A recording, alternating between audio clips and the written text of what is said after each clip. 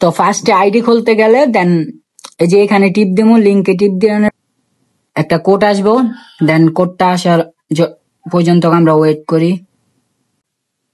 ফার্স্টে আমরা নাম্বার দিয়েছি, নাম্বার দেওয়ার পরে দেন একটা কোড আসছে, তারপরে পাসওয়ার্ড দিলাম, পাসওয়ার্ড দিয়ে এখন সাইন আপে ক্লিক করবো। এই যে সাইন আপে ক্লিক করতেছি, এই যে সাইন আপ হয়ে গেল, রেজিস্ট্রেশন হয়ে গেল।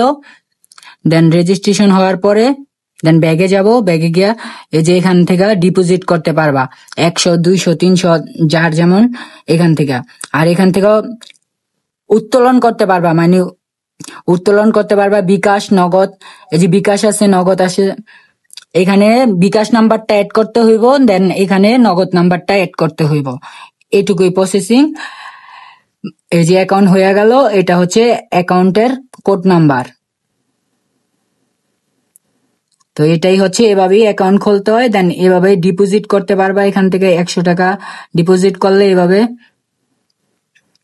এই যে এখানে এই নাম্বারটা দিবা, এখানে 100 টাকা ডিপোজিট কইরা দেন এখানে একটা রেফার আসবো, রেফার কোডটা দিয়া রেফারটা দিবা, আইডিটা দিবা, রেফার আইডি, দেন সাবমিটে টিপ দিলে অ্যামাউন্ট হয়ে যাব।